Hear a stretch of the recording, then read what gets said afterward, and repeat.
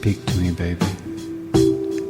In the middle of the night, pull your mouth close to mine. I can see the wind coming down like black night.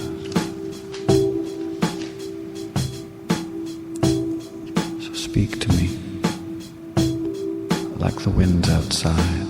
It's broken up, pushing us. Hear the rain fall. See the wind come to my eyes. See the storm broken. Now nothing. Speak to me, baby. In the middle of the night. Speak to me. Hold your mouth to mine. 'Cause the sky is breaking. It's deeper than love. I know the way you feel, like the rain's outside. So speak to me.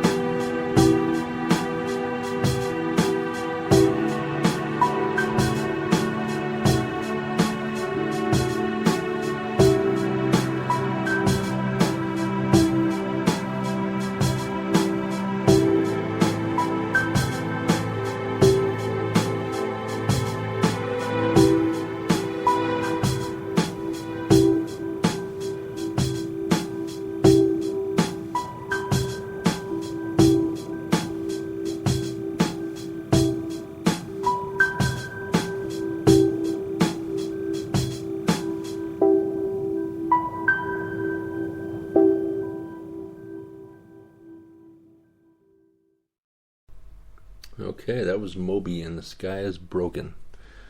Great song. Like I said, I first heard it on X-Files episode some time ago. So if you're interested, that's Moby, The Sky is Broken. All right, moving on to topic 4, the question of the week. Last week, we asked a question, what was the element that eventually led to the death of all stars in the universe? And Xanman is going to give us that answer. So, as you know, stars, when they are burning, they end up exploding to our knowledge. And the reason that is believed to be that is stars start to try to get more and more energy because they've been burning for longer. So first they burn hydrogen, then helium, then lithium, beryllium, boron, carbon, nitrogen, oxygen, and so on and so forth. So the question was, what element, when does it get to the element in which it will make the star collapse, and that's lead. So if you got that, you get entered into a drawing for a free Truth and Madness signed t-shirt by TM and Xanman. Yeah, like we said, if on our questions of the week, if you guys have the answers, email them to truthandmadness@hotmail.com. And if you get the answer right, you'll be entered into that drawing. And if your name is chosen, you will win a free Truth and Madness autographed t-shirt. The new question of the week is, what was the mega continent called?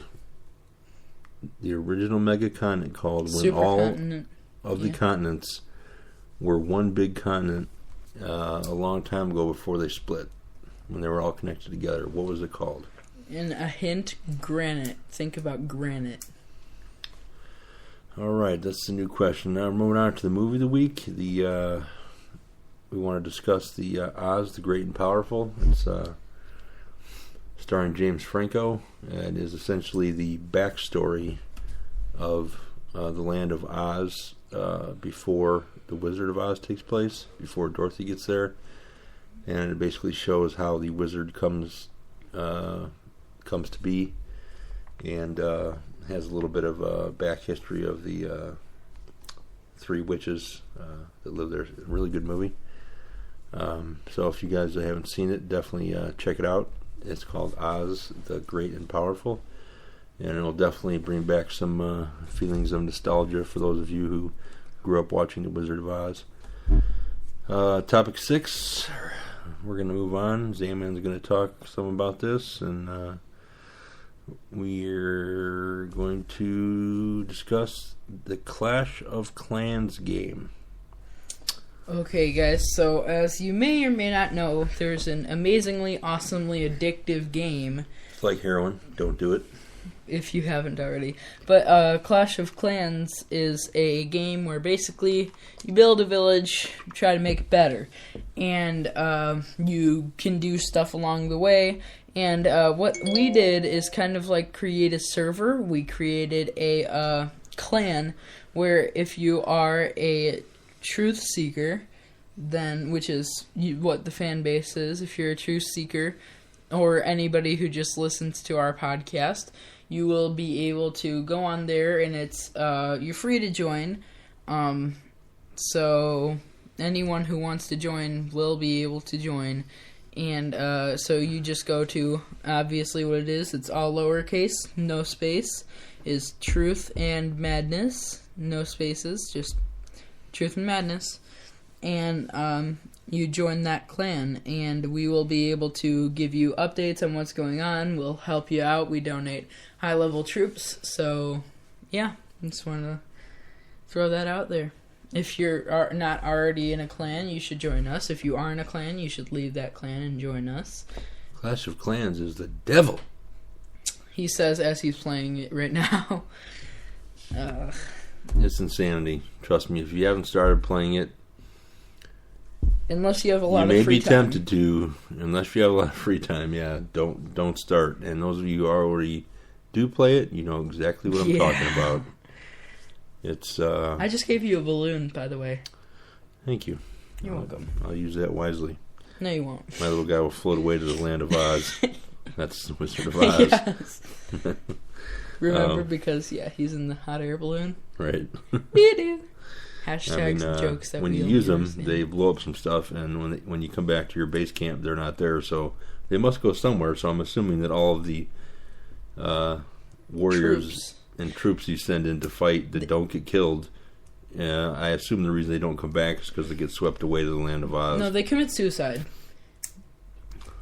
They all commit suicide. Like, if you actually watch it in the background, if you're not, like, staring at how many trophies you won or lost, if you look in the background, well, obviously, if you won and you still have troops there, if you see them, when they die, they literally just go, like, they'll explode into a ton of elixir. So it gives you more elixir when they die, but it's not even nearly as much as how much elixir it costs to train them, so it's kind of pointless. Yeah, I don't, if any of you that listen to this are any type of administrator or creator for Clash of Clans, please fix that stupid problem and let the warriors that go to battle, that don't die, come back so you don't have to buy more of them. That's one of the dumbest things about the game, so I don't like it. You love it. And I'm going to quit because of it. No, you won't. You're right, I won't. I can't. Like I said, it's like heroin. He's already done so much. He's like, but I want to stop. I just can't. It's like the little red dots on the iPhone. When they're there, you have to press the button to clear them out. And you're like, I don't want to, but I must. Must hit elixir. Avinator actually had over 3,000 unchecked mails. So, well. Yeah, that's now my iPhone. My iPhone doesn't have any unchecked anything on it. Because you have nothing better to do than sit and play Clash of Clans and look at what your notifications are. It's every single time he sits down to, like, relax. Red dot. Oh, you forgot to go to the bank today. I don't understand how anybody in their right mind could have 3,126 unchecked and unread emails in their inbox. Is that even possible? I don't know how you could do that. I don't know how you could function. If you're using your email for any purpose at all, that's crazy. And I guess this applies to our next topic, the Righteous Rants topic. This is our newest segment. Like you're called not Righteous Rants, where we just like maybe bitch and complain about stuff that's completely, absolutely annoying and stupid. What if Ellen were to send you an email to say, "Oh, you're invited on the show to be a special guest star, and you're gonna win $1 million," and then you're like, "Oh, number 3012." You stop counting after 100, so it doesn't make sense. So clear out those damn little red dots, Avinator. All right, my next righteous rant to you jackass people, and you know who you are. Not everybody. I'm not saying everybody, but those of you, and you know who you are, who drive 4x4 vehicles, aka four-wheel drive vehicles, aka all-wheel drive vehicles. Please remember, during weeks like we've had here in January, when there's tons and tons of snow, it's February and lots tomorrow. of ice on the road, and black ice, 4x4 vehicles do not help you stop faster on the snow and ice. It has nothing to do with it. So stop tailgating me in your giant SUV. Because you'll squish the little scooter. I drive a Honda Fit. It's tied for the worst vehicle in America in safety ratings. Stop tailgating me in your 4x4 when it snows. It's not going to help you. Oh, No. by the way, people. And it's certainly not going to help me. By the way, people, you guys probably don't care about this, but my birthday is actually in 20 days. So. Ooh. Did you hear that? Sounds like there's a Squatch in these woods. There's something on the hill. That's a whole nother thing. Yeah, so 4x4 vehicles don't stop faster in the snow than any other vehicle. Got it? Get it? Got it? Good. It gives Okay, you. It gives use you. your brain. It gives you more traction and torque. It'll help you drive. It's not going to help you stop though. So the other day when it's snowing, I'm sitting in here and we have pretty nice neighbors that, come down and while there's snow blowing, they just keep walking down the sidewalk and snow blow our sidewalk and, come up and every second or third time they come up and they, snow blow our driveway for us while they're out. And so I'm watching them do that, and I'm watching the guy across the street shovel his driveway, and he shovels the whole thing, and he shovels out the end of the driveway where the street meets the driveway. And he's out there for like 2 hours doing this, and snowplow comes by and plows this gigantic 4 or 5 foot mound of snow right in front of his driveway. I thought he was going to pull out a gun and shoot the guy who's driving that semi. He took his shovel, threw it up in the air, like threw his hands up at the friggin' driver of the snowplow, and just walked back inside his house. I would be like, screw that. You think you're going to do something like, I'm done. He's like, I just spent 2 hours shoveling out like 1.5 feet of snow, and now you just put a 5 foot tall, 8 foot by 4 foot snow mound in front of my driveway. And that goes on to my next righteous rant about, does the town really, really, really have to plow 8 foot snow mounds around the corners of the downtown where businesses have to operate? So much that they actually push against the side of the building, block off the sidewalks, and are so thick that I can't even hire a company to come out and remove the snow from the sidewalk for our customers who want to come into the business. I understand if it's in the thick of things, you got to plow the snow, you got to put it somewhere. But very, very, very shortly after that, you should have guys out with loaders scooping up those giant mounds of snow. That's you